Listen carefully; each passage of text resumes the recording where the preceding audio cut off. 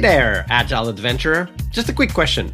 What if, for the price of a fancy coffee or half a pizza, you could unlock over 700 hours of the best Agile content on the planet? That's audio, video, e-courses, books, presentations, all that you can think of. But you can also join live calls with world-class practitioners and hang out in a flame war-free and AI slop-clean Slack with the sharpest minds in the game. Oh, and yes, you get direct access to me, Vasco, your Scrum Master Toolbox podcast. No, this is not a drill. It's the Scrum Master Toolbox membership. And it's your unfair advantage in the Agile world. So if you want to know more, go check out scrummastertoolbox.org/membership. That's scrummastertoolbox.org/membership. And check out all the goodies we have for you. Do it now. But if you're not doing it now, let's listen to the podcast. Hello, everybody. Welcome to our Success Thursday, the big question of the week, this week with Somya Mehra.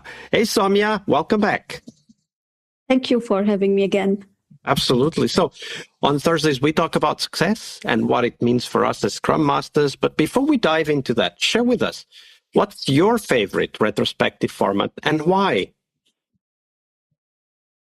Honestly, this is the difficult one because I don't have the one favorite retrospective. The reason behind is I intentionally try to, change the retros with my team, because I have noticed when you are using certain one type of retro, people are getting bored and you don't see that kind of involvement with them because they're seeing the same thing again and again. So for me, it's very important to have this kind of curiosity, something new happening within the team so that they can talk about it. So that's why I prefer not to have a certain kind of retros again and again. But to answer your question, I do have a core structure for my retros. So the core structure always includes two things. They are the strong pillars of my retro. The first one is what went well. And the second one is how we can improve. The reason behind having these two columns or these two sessions is what went well always set up the mood of your team on a higher note. They will think about the good things that happened, even if something bad has happened during the sprint, but they talk about the good things. And the improved section gives you a room to talk about how to improve on the things rather than ranting about what went wrong. So these are the two core pillars of my retro board. Obviously, I changed the name here and there, but these are the two core pillars. And then the next session, the last one, or maybe the two session, depends on what kind of situation we had. Suppose say if I'm having a sprint, a quarter ending retro, project ending retro, or somebody's leaving the team or the organization, then I make sure to have a gratitude column or a session for the people. The reason behind is whenever you have this kind of session or a section in the retro and people appreciate each other, the motivation rise. So it's a human tendency to expect some kind of appreciation when you are doing something for your team or for your organization.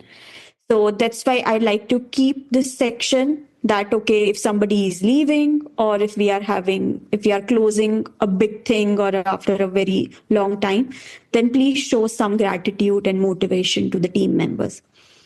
Absolutely. And gratitude is so important because very often we see things are going well and we don't say it out loud. We don't create the positive energy that comes from saying things out loud. And gratitude practice and appreciation practice brings that up, makes that obvious, and creates positive energy within the team.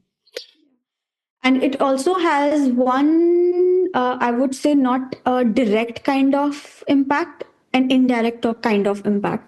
Whenever you have a talk with somebody who is leaving the company, they always tell you, like, now I'm leaving the company and people are telling good things about me. And I feel bad that I'm not now leaving the company. So if you have this more often and you give them this gratitude, so they will feel like, okay, I'm valued. So the the thinking of, am I valuable? What I'm doing in this company, I should go somewhere else where I'm more valuable. That kind of thoughts are blocked by having this kind of conversation every now and then within the team members. Absolutely, that's a great point. One that Yeah. we don't talk often enough, right? Because people don't live all the time, so we don't talk about it. But it's a very important point. Yeah. Yeah. So, Somya, we do this retros because we want to help the team succeed, and of course, we want ourselves to succeed. So, the big question, though, is what does success mean for us as Scrum Masters? What's your take on that question, Somya? I've been asked this question many times, especially from the Scrum Masters who are coming from a tech role. Because in tech role, you have tangible things to prove your success. And they are like, what, like for them, they see Scrum Master, somebody who is just, carrying out the events and then they are vanished. So then for them, it's like, what's your success? And I always tell them that a Scrum Master success is very intangible. You can't measure it with your work or something, but it's very personal also. So when somebody asks me what a successful Scrum Master look, or if I consider myself I'm successful as a Scrum Master for a team or not, I would say, like, if my team is having 3, 4 things in common, like they respect each other, they trust each other, that okay, if somebody has taken the work, they'll be able to deliver it. They respect each other, like there is no fear of like being judgmental about somebody. If somebody is asking you a question, there is a psychological safety within the team that you can ask anything about anything to anyone at any time, and you're not going to get a rude answer like, oh, such a stupid question or anything like that. So if you have made this kind of things in your team, then you will see, like, you won't ask people to collaborate, they will collaborate on their own, because these pillars are set up. And when the collaboration is flowing well, you as a Scrum Master has succeeded. And yeah, so for me, I think these are the key things, rather than going for velocity or efficiency, how efficient or how many story points your team is closing in a sprint. You should go for these kind of qualities that are there in your teams or not. When you think about your own way of assessing your success, right? Like, how do you bring this reflection, this definition you just shared with us? How do you bring that to your daily work? I will give you one more example of it. Like, there was a situation in my team where we had a new, like, the current team was collaborating well. Everyone was asking questions and things were going good. But there was another new joiner who was not good with the communication. So there were things he used to say which he should not, but he was not meaning it, but he used to say it in a rude way. Like, okay, and I saw it happening twice or thrice, learned from my previous mistake, talked with the people with whom he was saying it in the meetings, like how you feel about it. And those people trusting me enough to say, like, yes, they feel that they are being disrespected. So the trust is here with the Scrum Master. They are telling me openly that, yeah, that's the problem, Somya. Then me talking to this new guy that, hey, this is the kind of situation we are having right now, and this is the feedback that we are getting for you from the people. And he also trusting me that I'm not blaming him. I'm here to help him out with the team and adjust him into the team. And he telling me, like, he's open to have a open talk with whoever has a problem and try to improve it. So that says a lot, like, okay, within a period of time, I have, gained and formed this trust within my team where they trust me enough to have this kind of sensitive conversation.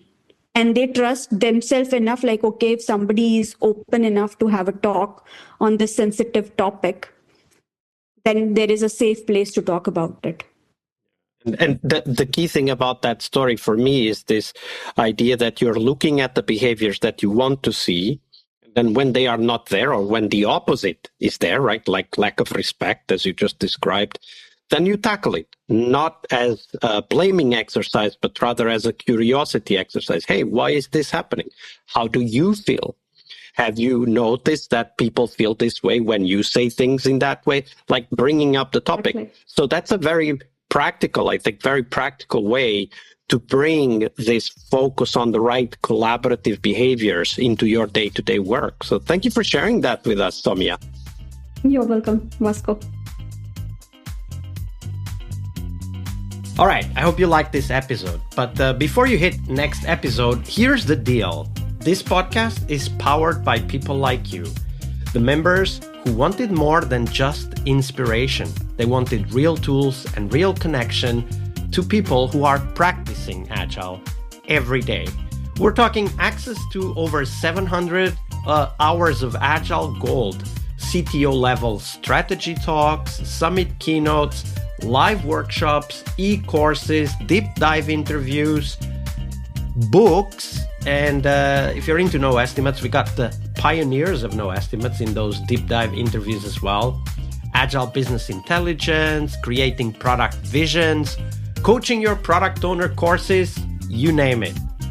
You'll get invites to monthly live Q&As with Agile pioneers and practitioners, plus a private Slack community, which is free of all of that AI slop you see everywhere, and of course, without the flame wars.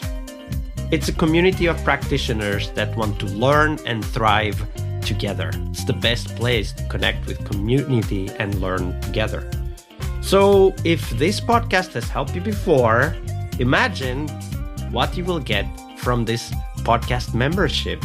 So head on over to scrummastertoolbox.org/membership and join the community that's shaping the future of Agile. And we have so much for you. So check out all the details at scrummastertoolbox.org/membership, because listening is great, it's important, but doing it together, that's next level. I'll see you in the community Slack. We really hope you liked our show. And if you did, why not rate this podcast on Stitcher or iTunes? Share this podcast and let other Scrum Masters know about this valuable resource for their work. Remember that sharing is caring.